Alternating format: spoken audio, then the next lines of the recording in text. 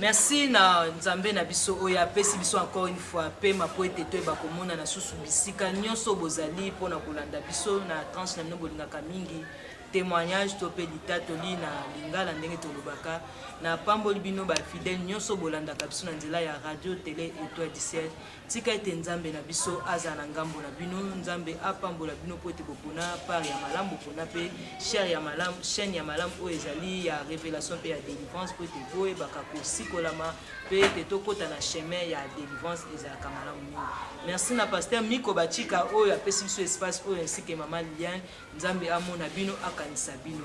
Alors lelo na tranche na bino ya témoignage obolingaka mingi na yambaki susu muumbu na Nzambe oyo ke tokoyeba kosa partage pona kotalisa grandeur ya Nzambe na munene oyo nini Nzambe asaelaki. Il s'agit de maman Jeanne Kwembe aza intercesseuse na ministère ya intercession mais Nzambe ayebaki ko visiter Nzambe ayebaki ko benga ye pona ko bakopesa un message ayeba ko memela biso oyo peuple totikalaki na se ya mabele oyo bazaki moto akufaki ayebaki ko sekwa donc de la mort à la résurrection. Alors yango lelo aye ko tatola monene na Nzambe kotalisa biso oyo nini Nzambe asalelaki ya koloba mingi ezali te nazoke na ngambo ya mama kokende koyamba ye po ete tokota mamoka na masolo na biso ndenge boyebi bino moko ndenge bolandaka yango. Mbote mama Jean. Mbote mama. Na sepesi ko yambo susu lelo na plateau na biso pona kotalisa monene na Nzambe.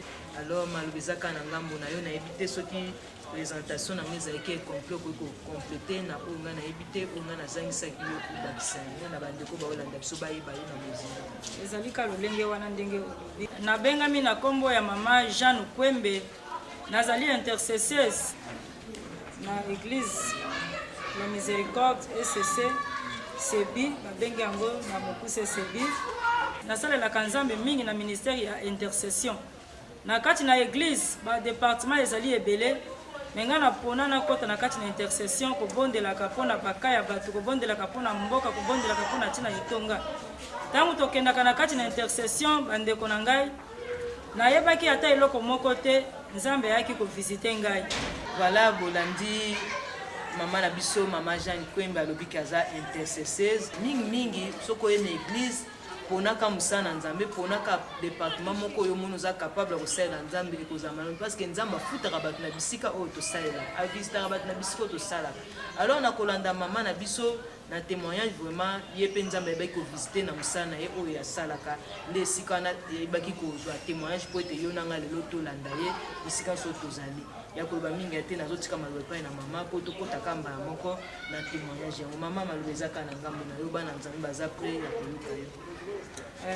Wana tolingi to banda témoignage na biso ndeko tangu na yaki na kati na intercession nazalaki na makanisite ke lelo bia mukolo wana Nzambe kwa eko visiter ngai ezalaki kaka na mpwasa yango Bible ezali koloba ete ke mukolo Yesu akoya yebani te biso bana Nzambe senge na biso tozala prêt tangu nyonso parce que tozali kozela mobali ya libala tangu biso tokendaki na kati na intercession na kati na mabondeli ya mozindo na yebaki te ke Nzambe ako visiter ngai yango nazali ko rappeler ndeko na ngai ozali kolanda na ngonga oyo tango ozali kosalela Nzambe sengeli na kozala toujours liboso na Nzambe komilengela parce que oyebi tango te po oyebi ngonga te Nzambe ayebaki ko visiter ngai alobi bana na ngai mokili oyo bino bozali komona eza na litomba moko te parce que diable asili ko aveugle bato ebele akangi bango bilamba ya mwindu na misu po ete bato basosola te bayeba te ke mokolo moko tokozalaka wapi ndeko tango tozalaki kobondela naki koyoka puissance moko na kati na ngai onano nayoka te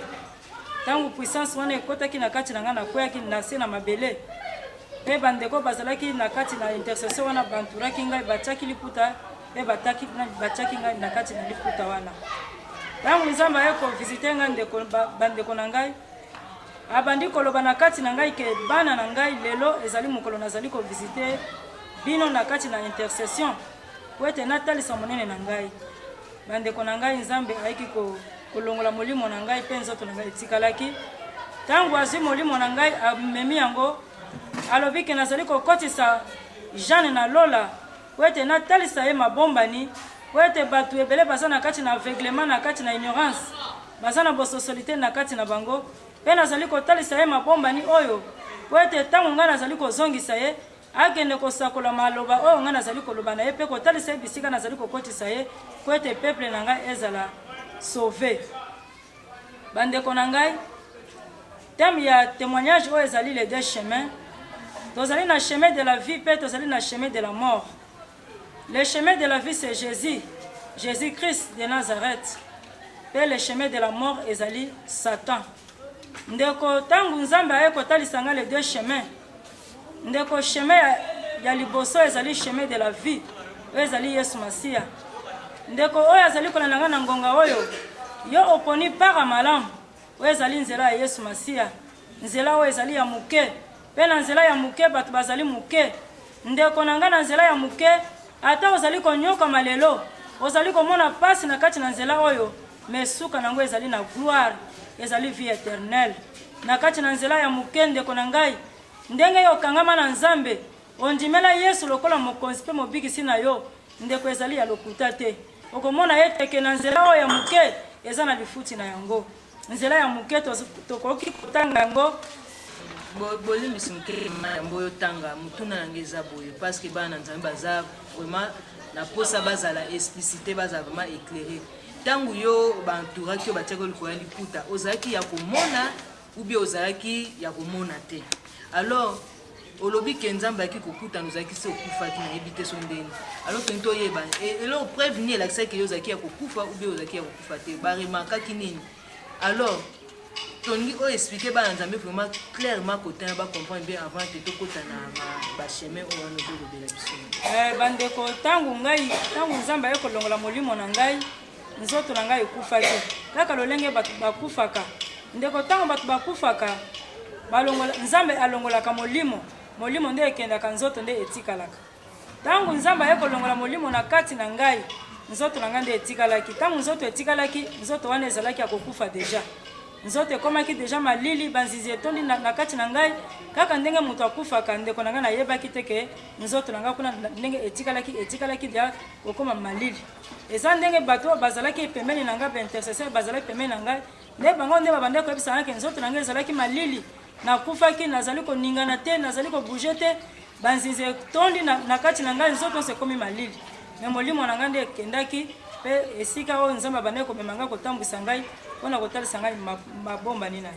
Alors mama Jean tongi toyeba lisusu phénomène na ntango esalamaki to mpe visitation na ntango esalamaki tongi koyeba ezalaki vers baane nini ozalaki na age nini ozalaki adulte mpe ozalaki mwana moke tongi tomeka koyeba soki ozalaki adulte ozalaki na bana ubi ozalaki na yo na bana te mpo toyeba nyonso to wana mpo bato balandaka baza na mposa bayeba komala mozala. Bandeko na ngai ntango nzambe aye kovisite ngai ezalaki na 2005 wana ngai nazalaki déjà marié mère de 3 enfants. Wana ntango nzambe avisite ngai nazalaki na bebe na maboko ntango nzambe avisite ngai ezalaki na 2005 ezalaki na 2005 ntango nzambe avisite ngai nazali koloba eteke nazalaki déjà marié maman de 3 enfants. Sikoyo ntango nzambe aye kovisite ngai bandeko na ngai na explike bino lolenge nzoto na ngai etikalaki ndenge ezalaka moto akufi bazali kolela. Tango bazali kolela mutu nzoto ya mutu ezalaka deja eza na kati na se me molimo ya mutu ekendaka ezalaki lolenge moko na ngai. Ezali témoignage vrai oyo esalamaki na kati na nzoto na ngai. Ndeko tango nazali koyebisa bino makambo ezali lisolo te oyo boye na boye ezali ngai moko oyo nazali témoignage vivante nazali kotatola maloba oyo. Tango nzambe aye kotalisa ngai les deux chemins na ndeko na ngai na bazali koyebisa bino ke chemin de la vie ezali chemin ya Yesu Masiya.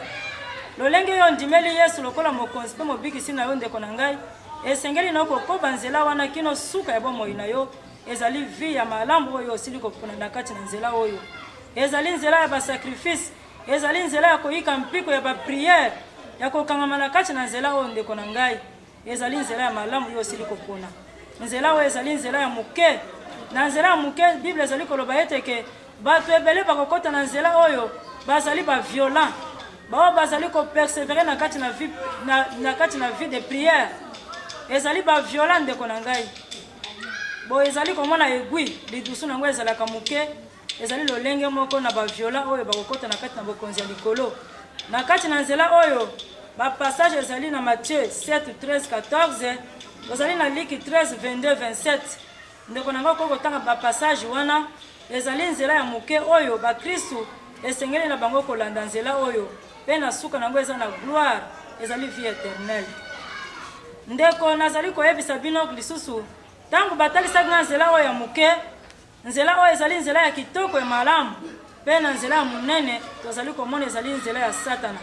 Nzela ya monene bato bazali ebele, bato bazali kolanda nzela ya monene ebele parce que diable asili koaveugle bato, mayele ya bato diable asili kolongola ngo bazali na bososolite mpe bazali na koyeba te eteke nzela oyo tozali kolanda suka nango ezali nini. Ndeko na nga nzela ya monene ezali nzela ya enfer, ezali nzela ya satana, eza na litomba te. Na nzela ya monene ezali minyoko na minyoko, kuna ezali kolela na kolela pasi na pasi. Na nzela ya monene ezali diable. Bandeko makambo nazali kolobela bino ezali makambo ya maseki te, ezali realite oyo esalamaki na nzoto na ngai. Nzambe oyo ayaki kovisite nga na kati na intercession, mabondele ezalaki ya mozindo ya makasi mpe nayokaki puissance ekotaki na kati na nga mpe ekwesaki nga na kati na se. Ntango nga nakweyaki ezalaki liwa Nzambe aye koboma ngai, nzoto na ngai ezalaki malili ndenge kaka moto akufaka. Ntango molimo na ngai ebimaki bandeko batikalaki bazalaki kosoutenir ngai, nazalaki na bebe mwana atikalaki menga nakendaki. Ndeko na ngai ntango moto akufaka yebaka te, moto akokufa ata ozalaki na bana bakotikala meyo kokende nga nakendaki. Molimo na ngai ntango ekendaki Nzambe aye kotasa nga mabomba ni ebele. Meloko ya liboso nazali koyebisa bino ezali banzela mibale, atasaki nzela ya moke mpe nzela ya monene.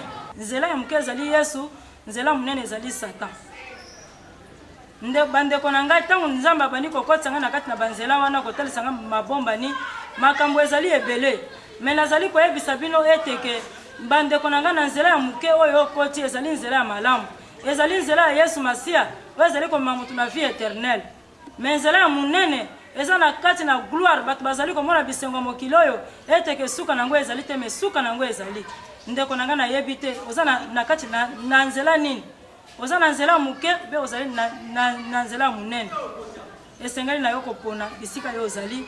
Ndeko ntango Nzambe abomi ngai atalisanga makambo ebele, me lelo nazali korapele bino eteke banzela eza mibale liboso na biso, nzela ya moke mpe nzela ya monene. Ntango Nzambe aye koboma ngai atalisenga bisika bato bakufaka kati na Yesu, na nzela ya moke bisika bakendaka. Bandeko na ngai na nzela ya moke ntango yo ozali kokangama na kati na nzela ya moke ezali nzela ya malamu. Amemaki ngai kotalisa ngai bisika bato bakufaka kati na Yesu, bisika bamemaka bango. Voilà bandeko bolandi bino surtout esika o nini mama akomi ko chitele et tolaki bino ke na partie ko ya to deuxième partie na biso nde akoyeba kotalisa biso na mozindo parce que tangu azwaki visitation ya Nzambe ayebaki te abimaki pe na ndako alakaki te ke onde na kei boye na kozonga te po Nzambe ko visiter nga te nde na kei boye na oyela bino sango te akendaki ndenga mesana musana ndenga salaka me na kosala musala ya intercession Nzambe be ko visiter ye e be ko zwa molimo na ye pona koyeba kopesa message à travers ye po ete lelo ngai na yo tolanda na message wana première étape ya liboso ndenga bi bataisaki ye deux chemins. Chemin moko ezalaki ya moke, chemin moko ezalaki ya monene. Alors chemin moke wana ndenge explication bapesaki ye bolandi alobi ke chemin moke ezalaki chemin ya gloire, mais chemin monene ezalaki chemin ya souffrance. Alors tolinga mingi tozala na chemin moke malgré eza pasi tokota na pasi mais tovivre nde gloire ya Nzambe. Alors na partie ya mibale nde akotalisa biso nini oyo amonaki na chemin moke mpe nini oyo amonaki na chemin monene. Ya koloba mingi ezali te tozosukelaka awa. Mama numéro na yo eza nini bandeko bakoki kotuna mituna ntango mosusu a tolobaki te parce que eza likambo ya ngonga bakoki kobenga yo numéro nini bakoki koatteindre 081 082 22 36 nakoki kobandela 081 082 22 36. Voilà numéro ya mwana oyo bapesi bino soki oza mituna mosusu obengi ye aza mieux placé à répondre yo. Mais maman tokomi na suka deux personnes moi oyo bakoki kolanda yo mbote nini okoki kopesa na bango. Bandeko bozali kolanda biso na ngonga oyo tozali kopesa bino mbote ke Nzambe na biso azala Nzambe na bino, Nzambe wana azala Nzambe na bino, abatela bino apambola bino bopona par ya malamu, boponi par ya malamu. Bandeko na nga bozolanda biso na ngonga oyo bokoba na kati na vie chrétienne.